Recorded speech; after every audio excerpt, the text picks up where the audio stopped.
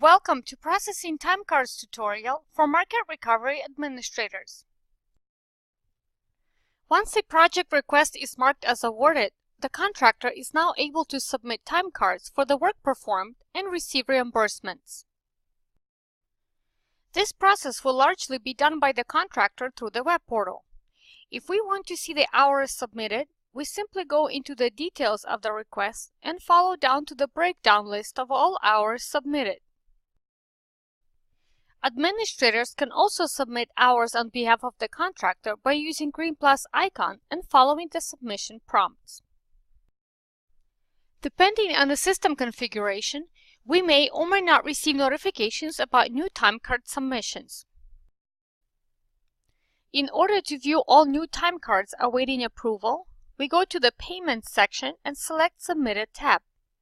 The list of all newly submitted time cards is now displayed. Administrator's job is to go into the Details page of each time card and approve or deny it. You will need to check the members associated with the time card and the hours that they worked. If necessary, validate the appropriate journeyman-apprentice ratio or view the attachments corresponding to each member. Some of these features may be disabled or enabled depending on your union's decision to track or not to track certain information associated with the time cards. There are a number of options we can choose from here on. First, if we need to make an adjustment, although not recommended, we can always click Edit Hours and modify the number from here. The recommended method instead is to press Resubmit button and force the contractor to resubmit their time cards by making the necessary corrections or adjustments. Second, we can deny the hours and the contractor will no longer be able to resubmit hours for this specific time period.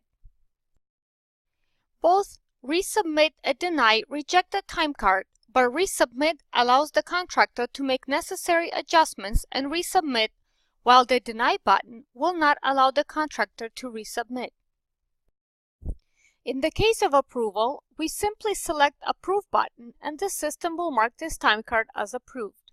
The contractor can view the status of their time card and see hours requested, hours approved, and the status changed to approved. Now, if your union has an accounting department that mails checks and processes payments on the submitted and approved time cards, we simply go to the Payments section and go to the Approve tab.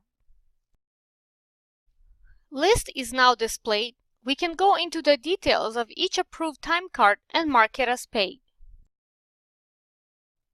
Marking it paid lets the contractor know that we sent out the payment. The reference ID is normally the check number of the payment. More than one time card can have the same check number in case you're going to compile a lump sum check for multiple time card payments for the same contractor. Lastly, we can mark the pay date and click Save.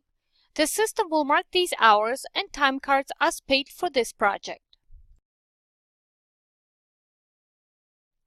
We can also print a receipt of payment and email or mail it out as an attachment. As an administrator, you'll be able to manage time cards for the contractors until the project is complete and approved.